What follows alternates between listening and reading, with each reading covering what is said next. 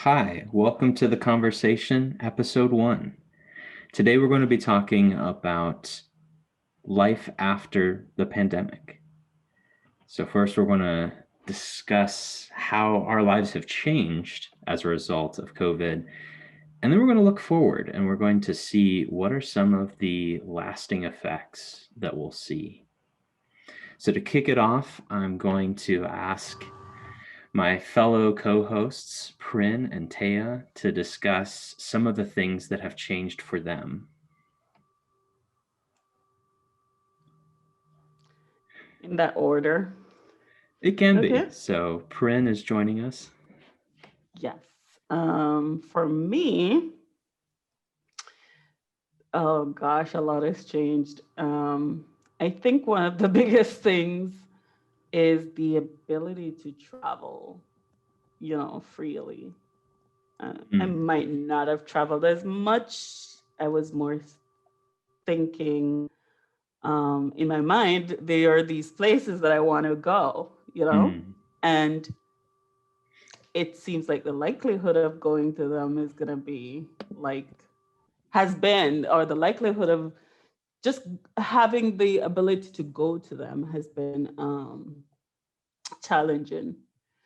I do love to travel, and I've traveled a bit before the pandemic, and so now it's like that part of it is what has changed significantly for me.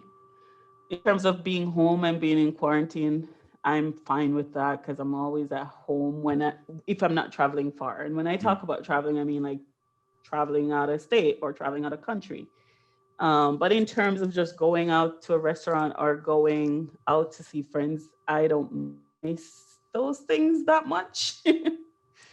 I just miss the traveling piece. Yeah. So freedom of movement in terms of going to other countries, traveling abroad, seeing the sights. Yes, or even from one state to the next, because you're like kind of fearful whether or not you're gonna get on a plane, get the virus, stuff like that. Yeah.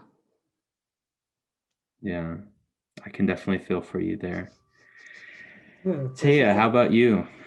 the first time in, I don't know, 15 years that I haven't traveled at all, and Mm. it's miserable. I hate it so much.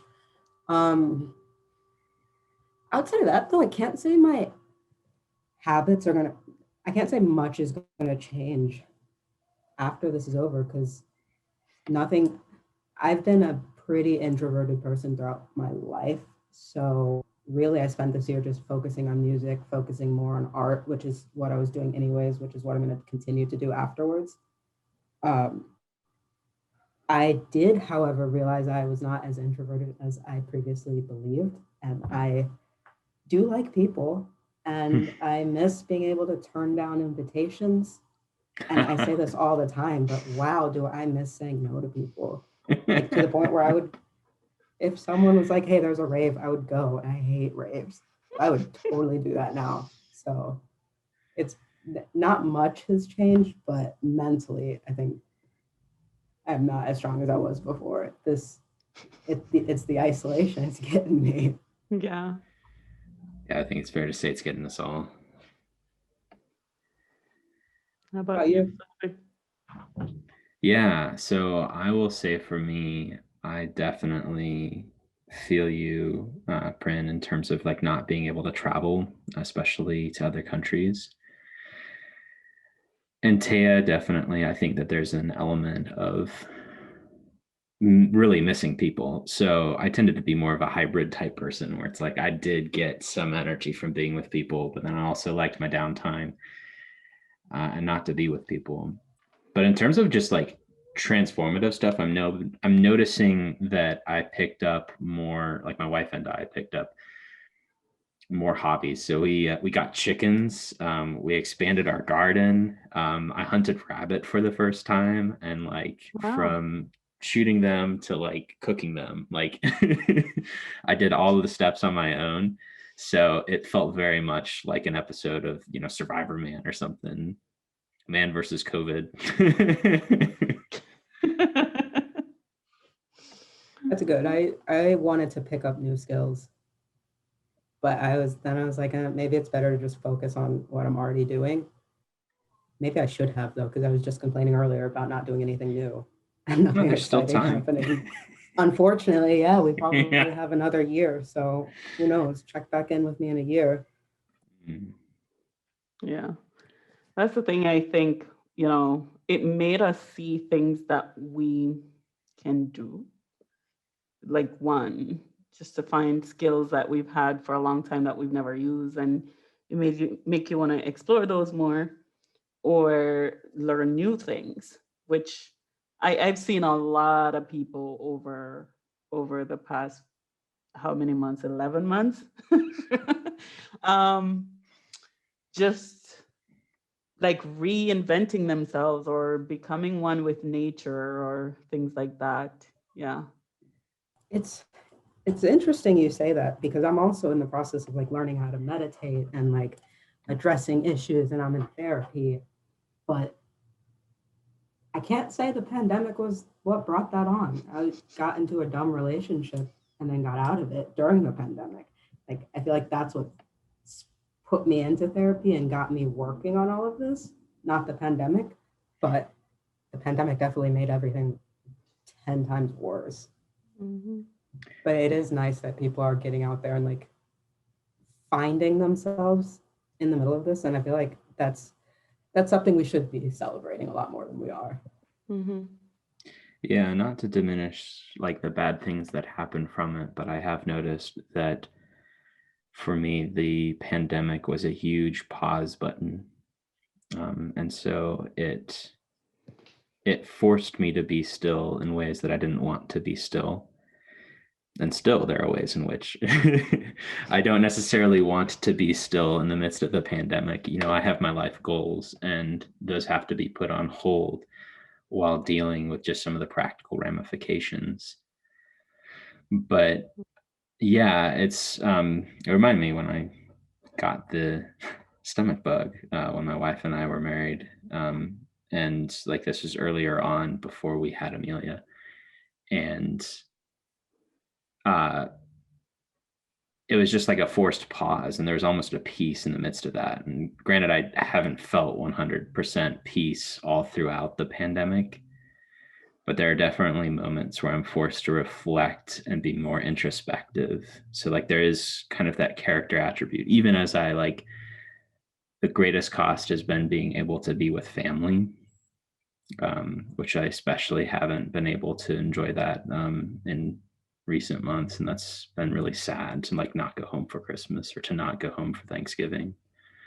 But like in the midst of that pause, there's a lot of deep grappling, I think, with who I am as a person and the ways that I still need to grow. And it's like you can't really address that until that's all that you can address.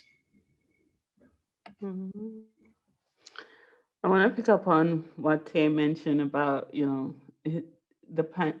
There's a lot of good that came out of the pandemic for most people, but there's also some things that are not so good for people. I'm not even talking about people who lost family members because that's like really terrible. But even just people making decisions based on the pandemic. So, like some people would go out and adopt pets and little things like those, and that's not really what they wanted, or get into a relationship, and that's Yeah, not really what they wanted.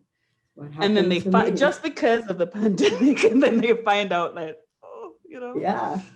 And then it's like, oh yeah, this isn't actually, I'm sorry, I was the victim in this situation, not the perpetrator, but yeah, it is people jumping into things.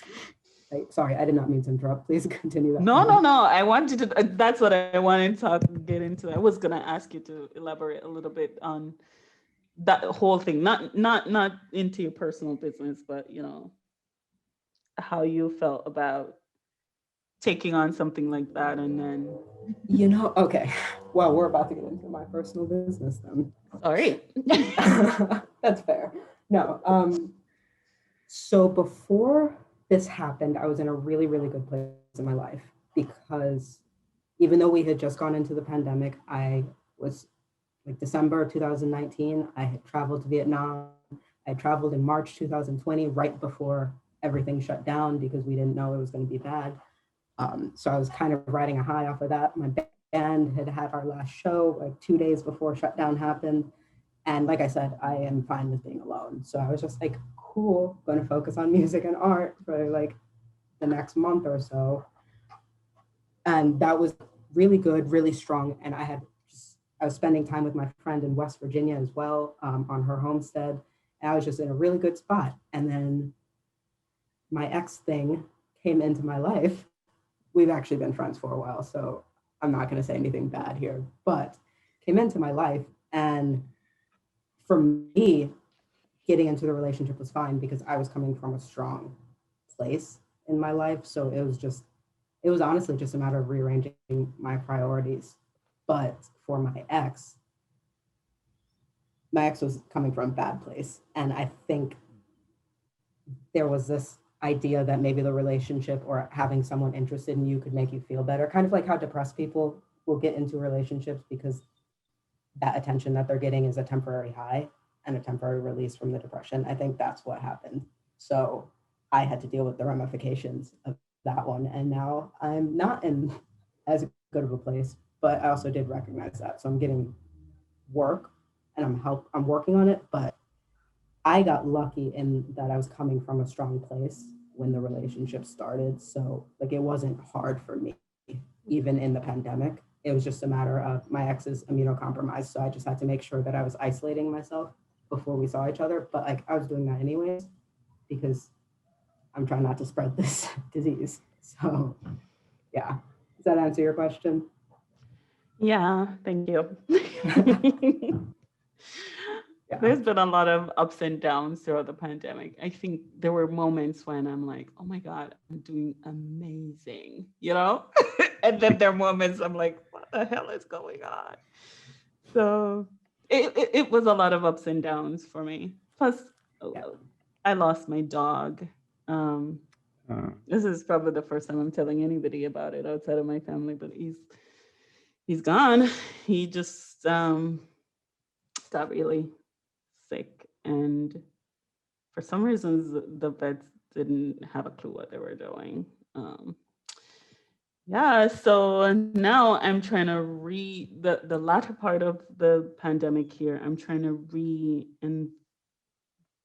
rediscover myself. It's almost like I've had that dog for over 11 years, and so we've done everything together. He's like my little baby.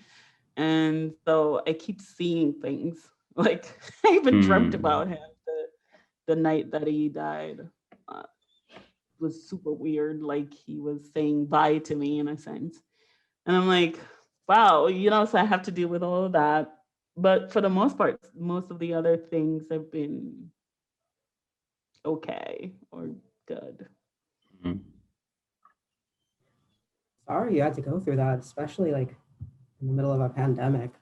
Yeah. Yeah, I'm hard like, come normally. on, pandemic. Just end already so we can like cope with things. I was hoping that I would have gotten to be with that dog for another 6 or 7 years, because their life limit and all. But it's crazy. That's really hard, and this might be insensitive, so please shut me down. I'm not coming from a place of meanness at all here, but how do pet owners handle that? Like knowing that you're entering into this thing with something that's not going to live as long as you? Exactly. Do you just, Exactly my point. Why I didn't want to get a pet in the first place. yeah. But then my husband got him, not me. Ah. And it took me a while to warm up to him, to warm up to having a pet. And then we just became like besties. And, like sometimes I'm thinking to myself, like, I think about his mortality and mine. I'm like, what if I die before the dog dies? Like, who would take care? I mean, my husband would be here to take care of him, but it's just different. And then I thought about, what if he dies? I mean, how am I going to take it? And I didn't take it really well. I've had people die And I'm like, okay, God, RIP, God, God bless their soul, so on and so forth. But then my dog, it was like, oh my God, really, really hit me, like really bad. Mhm. Yeah. Yeah, I am sorry you had to go through that. Like, this is the worst time to be going through losses at Yeah. all. Maybe it's probably the best time because I was at home. Because I'm like, I don't know what I would have done at work. Like, I'd be probably a shell of a person. It's called Yeah. distracting yourself. It ain't about anything else. It's easier to distract yourself when there's other things Well, yeah, going yeah, on. that too. Yeah. That's what I'm figuring out, at least for me personally. So It sounds post pandemic, I'm gonna go get another dog. Why wait So till here we go now. you do that before the pandemic ends? You know what? I think I need some time to, like, some people will say like you'll get over it if you get another one, especially if you get a rescue or something like that. But I'm like, I want to spend some time thinking about what I'm gonna get, like the next pet I'm gonna get, and how I'm gonna deal with it. And to prepare myself for stuff like this. 'Cause, Yeah, I was going to say it sounded like the dog was kind of a lifeline of sanity in the midst of COVID, and like you were attached to it in a way that you weren't attached necessarily to a lot of people. And so to lose Yeah. that was much more than just losing somebody in your life, but like somebody who like Exactly. comforted you. Exactly. Yeah. Exactly. Plus, he knew so many fun stuff to do. He would bring me things. I thought he was a human. He acted like a human being. Man, it was crazy. Hmm. So Yeah. I I'm definitely better now, echo. though. Yeah.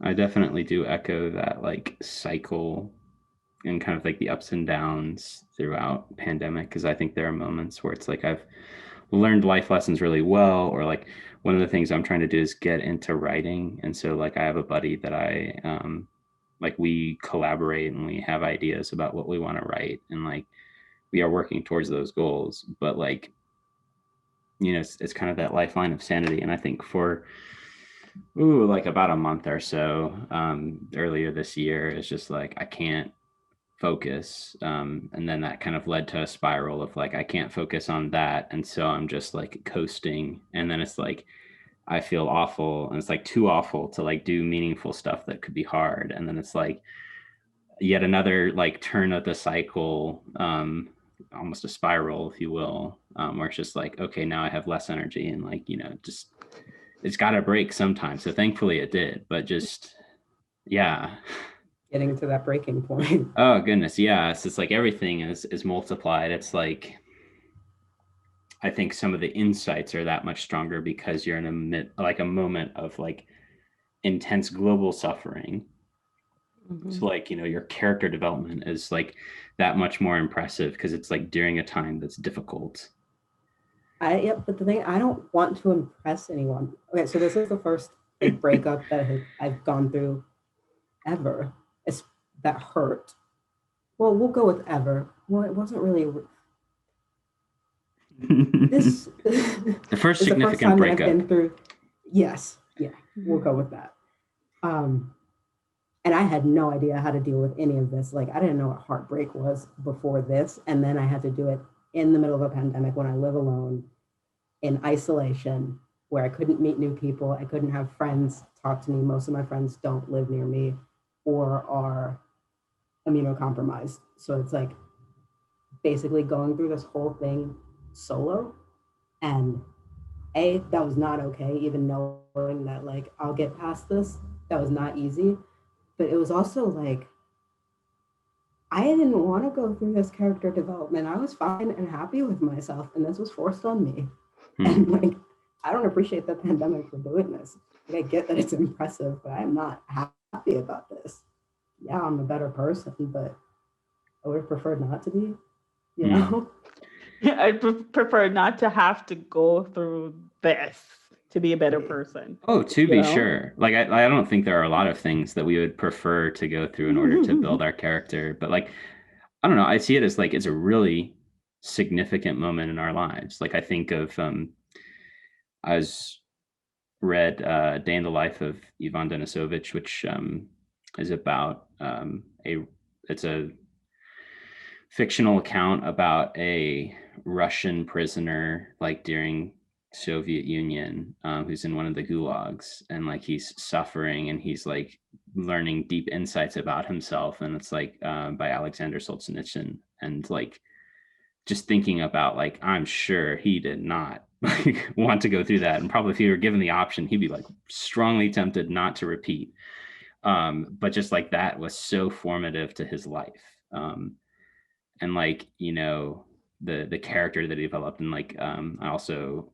the Holocaust survivor Frankl, Viktor Frankl, and his Man's Search for Meaning, like really like deep intense insights about human nature, but it was only through like really extreme crucible. And it's like it makes the suffering a whole lot worse. It makes like having patience a whole lot worse, because it's like you can have patience when like you can retreat into yourself, or like you don't have to interact with people, and you can like say no to the rave, or like this or that, or like your spouse can like go to the office and you don't have to constantly be with them.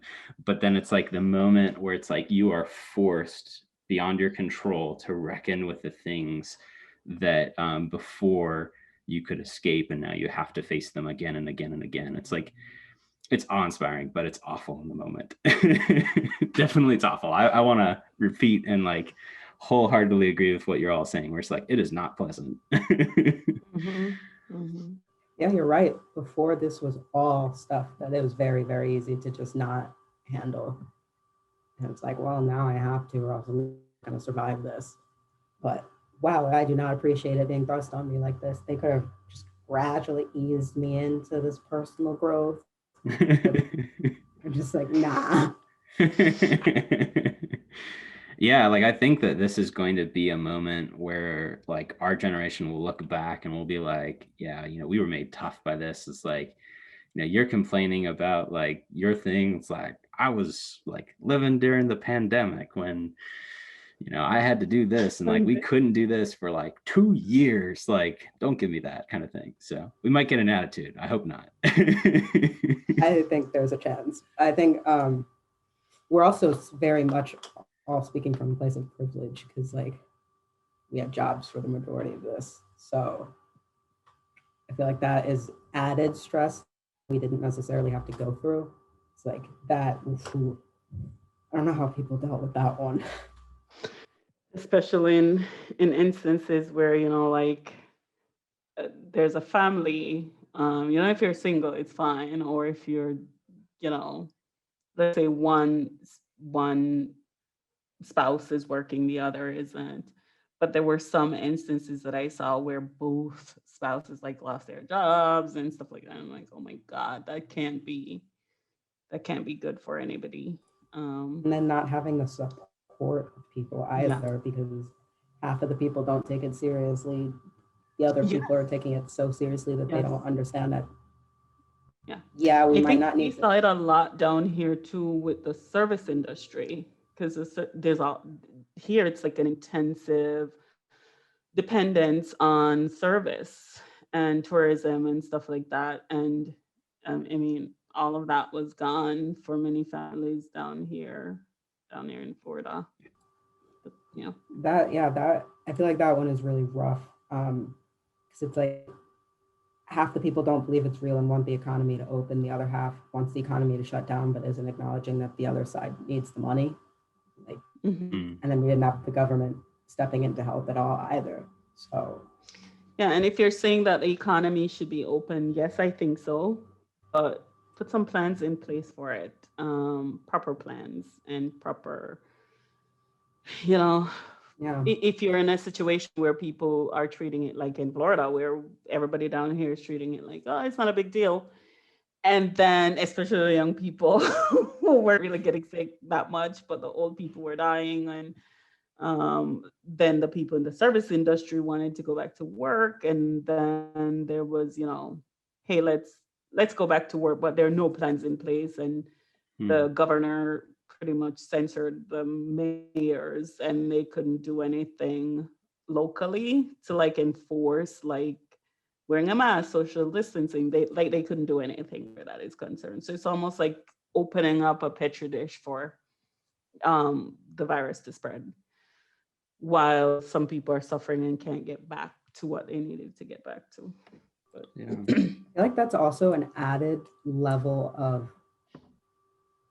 not mental agony, that's a little extreme, but I sometimes I feel bad about what I'm going through and suffering, because it's like, well, at least I have a job and I have a place to stay, and I've never had to worry about that this entire pandemic. And a lot of people have it worse. And it's like, even though I know logically that there's, just because someone else is suffering doesn't mean that I'm not also suffering. It's like really hard to keep that perspective of, yes, there are people that have it worse, but I'm also allowed to struggle. But also, you do still have a house and you do have a job, and keep that in mind too.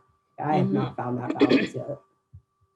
Yeah, I think that though, like you are onto something where you're stating humbly, like I realize that I'm not like the pinnacle of suffering in the pandemic. There are people who have had it way worse, but like I'm also not going to ignore the ways in which I've been through a lot. And like I think if you deny like either experience, that's not good. yeah.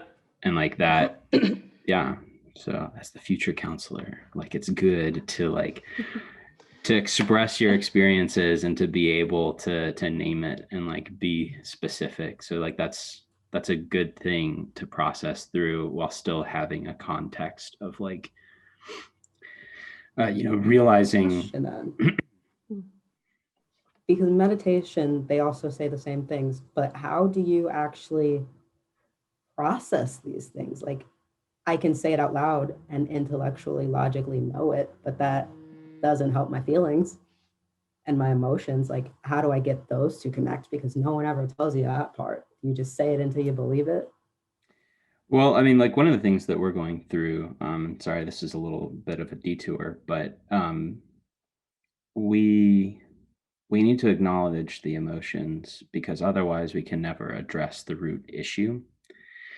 But it's like once you see what the emotions are, below those emotions are the meanings and the reasons that you have those emotions. So like let me try and think. Like one example that we were reading as a case study, this couple are just having this disjointed existence where they're fighting, but then they're incredibly intimate, and then they like pull apart. And it's like below that, like once they were able to address like those fears and those frustrations, it's like below that there was a deeper meaning and reasoning, which is, they were afraid of being separated, and then they were afraid of the intimacy because it would be over, and so they had to grapple with the sense of like being able to be on their own, and then to enjoy the times when they were together, and to not like be anxious about one or the other when they were in a different state. And so it's like once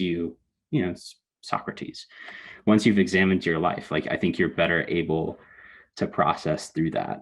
But it's like you have to go through your emotions. If you can't name those emotions, if you can't have your experience validated, or if you can't really comprehend it, then you can't really understand the reasoning underneath it. So it's hard though, because it's a process. So there's a lot to process through before you can get to the deeper meanings of why we do what we do. Which is dumb, because I feel like if I recognize that I'm going through something, other people are going through worse, but I should still appreciate what I have. I feel like since I say that out loud, my brain and my emotions should just get it together. Like, because I'm able to acknowledge it. Why is that not happening? I don't know. I think sometimes it's unresolved. Like sometimes, I think Sylvie was heading to that in a sense. Like for me, most times you apologize to people and you say, "I'm never gonna do this again," and you go back and you do the same thing all over. It's because you haven't really resolved it, really and truly, or you haven't changed. So But it's like, how do you resolve it. I just like therapists keep telling you to like, I just want them to tell you how to do it. I'm not trying to do all of that work, but like, how do you resolve that? Like, if I recognize this thing intellectually and I recognize that my emotions aren't matching with what I recognize intellectually, what can I do to like combine them? Like how can I resolve it if I've already recognized that there's a problem, and like what am I supposed to do from there, you know? Yeah, so like at this stage, it sounds like you need to look at the underlying frustrations. So like a lot of what you've talked about is your desire to be fulfilled, to do things that you like to do. But then in the pandemic, you're realizing you're not doing those things. And so you have to grapple with that. Like, why does that really matter to you? Does it really matter to you because you fear failure? Is it because like the thing that you're not doing is a core part of your identity? And so not doing that almost means that like you're a nothing person, that you've lost part of who you are. It's just like you have to like dig down deeper and deeper. And I know that's not like a pleasant thing, but it's like the more that you are able to quickly grab onto like your emotions and your experiences, the further you can get with a lot of the self-revelation, and then you can more adequately address the root causes. So like I'll even diagnose myself. Like there are a lot of times where, you know, I'll get frustrated in a situation and it doesn't make sense. Like, you know, this isn't a big deal. Like, you know, I'm going to like spend the evening and like just play video games or something, but then like, you know, my wife needs me to do something and I get really upset about that. And it's like, okay, you know, acknowledge the frustration. And then also there's that context that allows me to be a little bit more emotionally controlled. That's like lots of people have it worse than me. But then going deeper into like, okay, but why is that frustrating? And it's like a lot of it is frustrating because like I want to control that part of my reality. Like it's almost as if I claim that as like my time. And when I don't get my time, I feel frustrated with the world as if they denied me something that's my fundamental right. And so now that I can see it more clearly, then I can start to apply the counselor tricks. You know, I can start to say, like, you know, I'm lying to myself then because I'm saying this will make me happy, this will make me fulfilled, or this is my fundamental right. And it's like, it's not. And once I realize that it's not, then I'm able to like have greater control over my emotional reactions. And then I'm able to substitute it for like a deeper truth, if that makes sense. But that's a process. So it's not going to happen. And a lot of times we get stuck on the road to the meaning behind our emotions. Well, yeah, because I want to know the meaning behind my emotions. So literally the whole point. Sometimes it means that, you know, it's just about you and it doesn't have to be compared with. Because I feel like, so you're saying, you know, there are people who've had it worse in this pandemic. But to you, you've had a job, you've had a roof over your head. And, you know, so I think you're fine where you are. And you're fine with the privilege too, because you're not going to give that up to go experience what the other person's experiencing. Like they're So, strong and all. so it's just sometimes it can just be separated and just be about you because they need to be in two different places. Somebody out there having not having, for example, you know, I talked about losing my dog and all of that, and like 500 people died in this pandemic, 500 plus people. My dog is not a human being, you know, but he's like my human being, you know. So I had to separate the two and stop comparing them because to me it's almost like I lost a human being. And then looking around with what's going on in the world, I see so many people lost, you know. So the only way I could ever resolve this is if I'm talking to somebody who's lost a person. And then I would make sure that in that conversation, I'm not going to diminish my thoughts, but I'm not going to play up my thoughts over theirs because they have lost a whole lot more in comparison. So I think you might never get it resolved here unless you get into a situation where this comes up with something that's, bigger. I struggle with this in all aspects of my life, because I feel like we are so selfish right now. I was about to say that when Sylvie was talking, but I didn't want you to think I'm saying you're selfish. But I mean, like, human beings. Yeah, but it's like, I get it. And I'm always trying to fight that because we are always naturally selfish. And it's just so hard to know where that line, like my ex and I ended because of depression. My ex is depressed. And I'm struggling really hard right now to stay friends because one of my really, really good friends who I love has very deep depression. But I was also very hurt by everything that happened. And it's really hard to, like, just like what I was saying with people have it worse, is it's really hard to be selfish and focus on myself while understanding that my actions affect other people. And other people are affected by me being there, by me taking time off. And like, how do I work on myself and also still not be selfish, I think like the selfishness aspect is, and like this gets to the point of like the second part of the question, like how are our lives different on the other side of the pandemic? And it's like seeing the pandemic as a catalyst for like our change, like is not a selfish idea.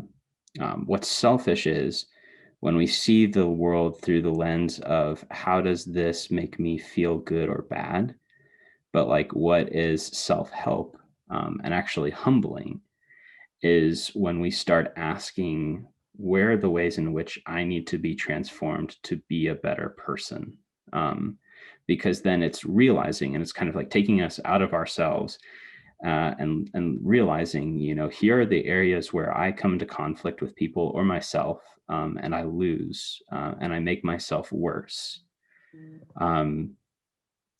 To trigger some people, it's the Jordan Peterson, you need to clean up your own room before you change the world. And like what that really gets down to is not you're such a selfish prick for like wanting to clean your room, but it's like you want to be a better human being, not just to yourself, but to others. And so you need to change.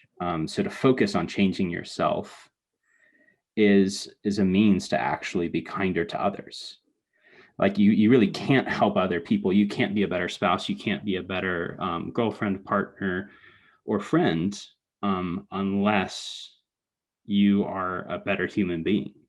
And Yeah. so there are some issues, that are just, and so for me, and I think for the three of us, like the pandemic has been an opportunity, at least in some regards, to be introspective and see these are the flaws that I have, and I'm not content with them, and I want to change them.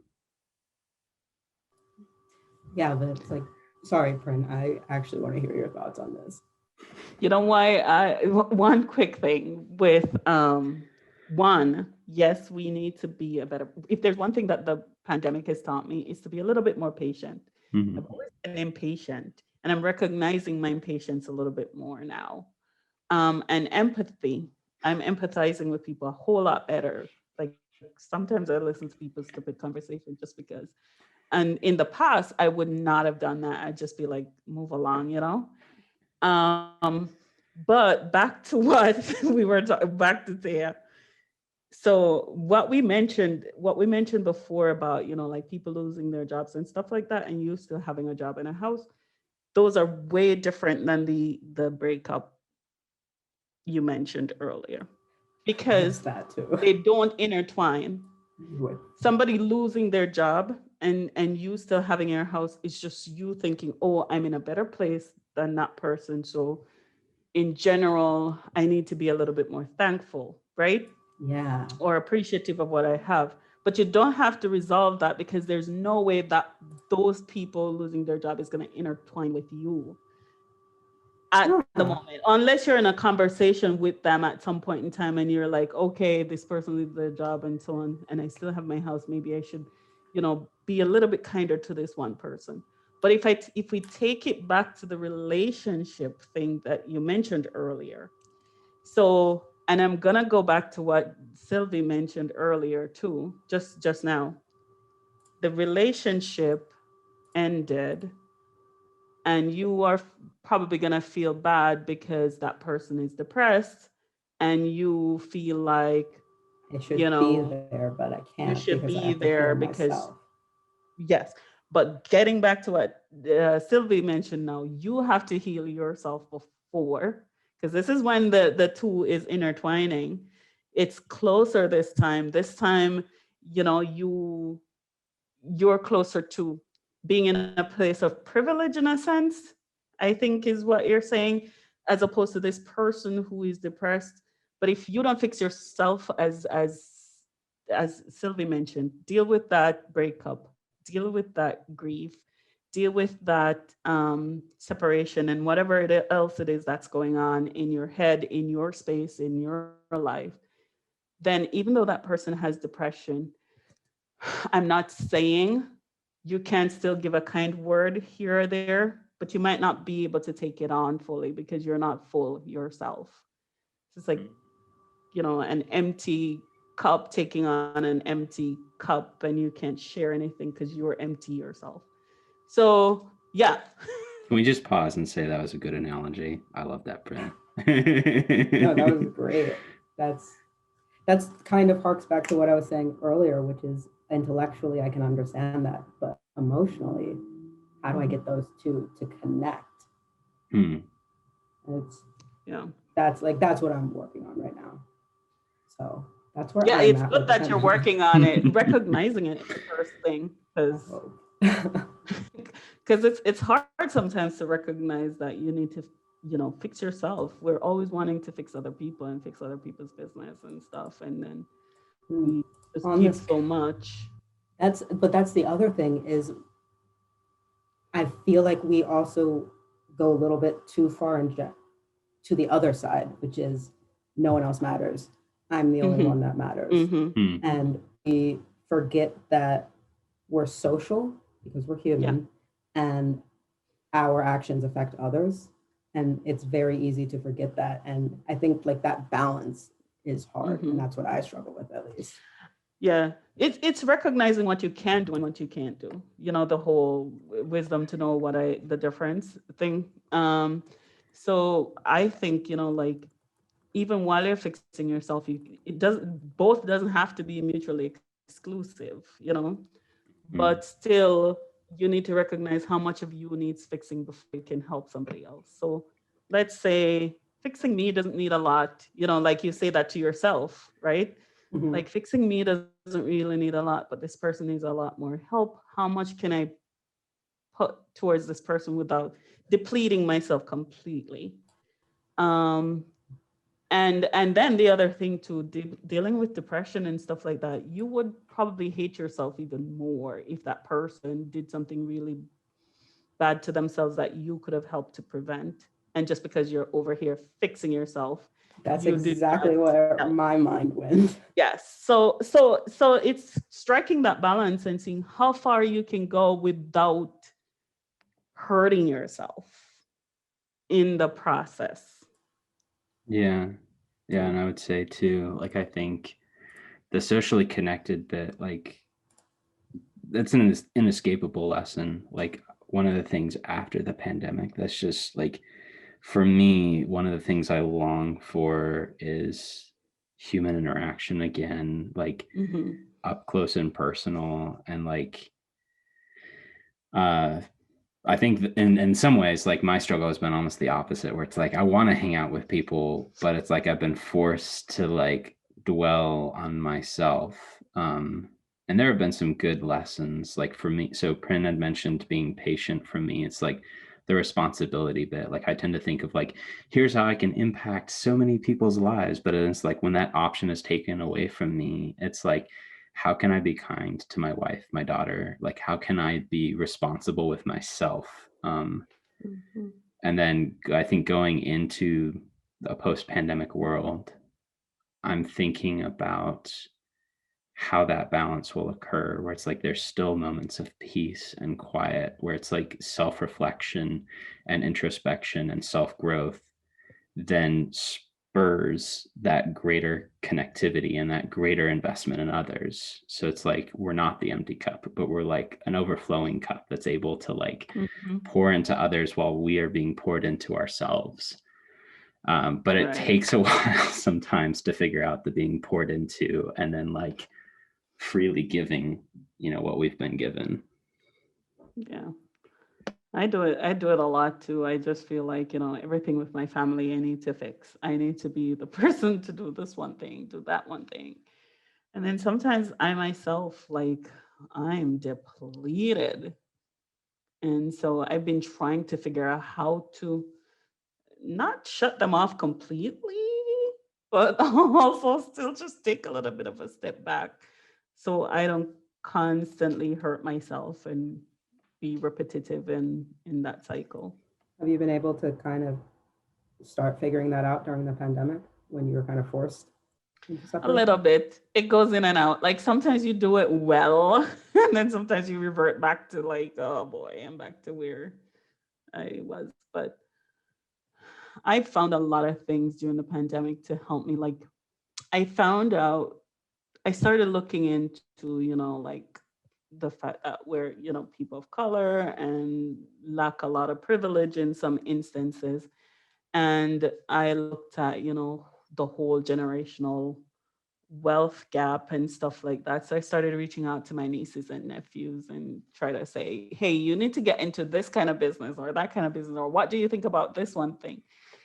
And I remember like for a week, I spent just coming up with business ideas and just sending them out to each of my nieces and nephews.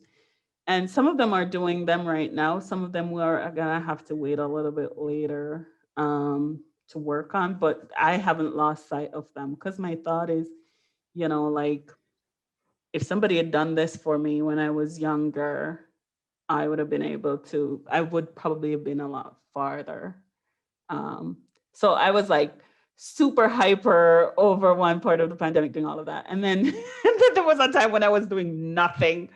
So I'm Mm. like, well, but I was really happy that I took on that. And I even I've been doing little side businesses for myself for a while and I added something to one of my business. So that kind of helped. Yeah. And I've been trading stocks. There you Ooh, go. Yeah. is that something new that you GameStop learned? stock. No. Oh my gosh. I took all of my social media. I found myself on social media talking about politics and all sorts of crazy things for too long.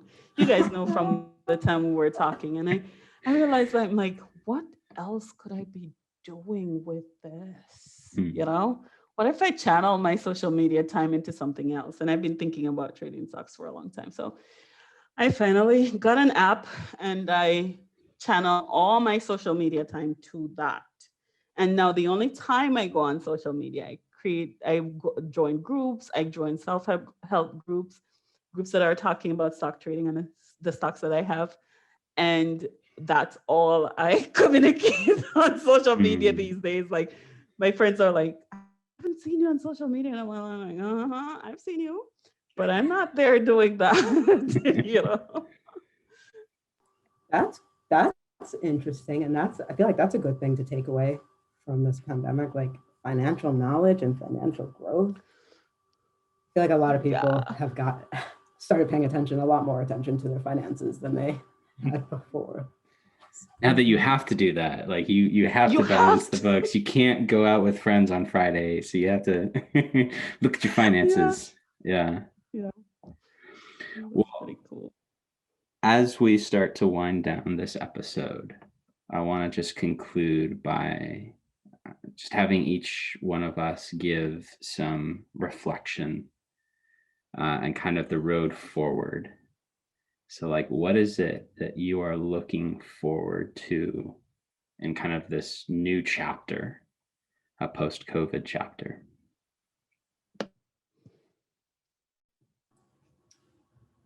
For me, um, post-COVID, I'm assuming it's 2022, which means by then I would have been in therapy for a year, and I would have worked through a lot of things that right now feel overwhelming, but I know with time they won't. And oh my God, am I so looking forward to that point. I think, yeah, that's my answer. Wow, post-pandemic. I don't even know if I can see a post-pandemic, like, So travel. Just gonna jump in. but definitely to travel. I want to go to the UK because I've canceled a trip there twice now. One was I had family issues, and then a family illness, I should say. And then the second was the pandemic. So I'm like, ugh, I just can't wait for this pandemic to be over so I can get back into that. And then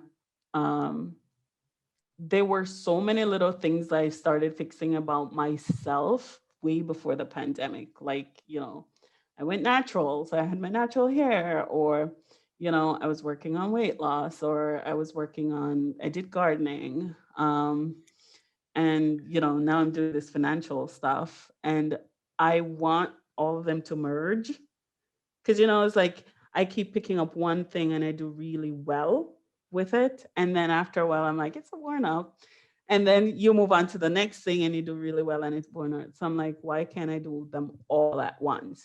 Right. So post pandemic, I want to make sure that all these things converge at some point, and I keep them all going. Yeah. And to be a millionaire. Yes. Manifest that. Speak that into reality. Here for it. Yeah. What about you? How about you, Sophie? Yeah, I think for me, one of the things that I've been really looking forward to, because I haven't been able to meet with them all like in person without masks and distance, is to see with and host my cohort members in my counseling program, because we haven't seen each other face to face really, and then just to prioritize those interactions, like with my colleagues, my cohort, my friends, my family, like to be able to hold them and talk with them and share moments, and like to make those priority and to really enjoy them for what they are. So like that for me is the biggest thing looking forward into like a post-pandemic world. And then it's just like the fortitude to continue on with projects like this, like writing, language learning. So like those are things that are important to me, but it's like maintaining the good things and growing the really great things that have been missing. Good. Yeah. Well, that concludes our first episode of The Conversation. You've been listening to Taya, to Prin, and this is Sylvie. Thanks for tuning in.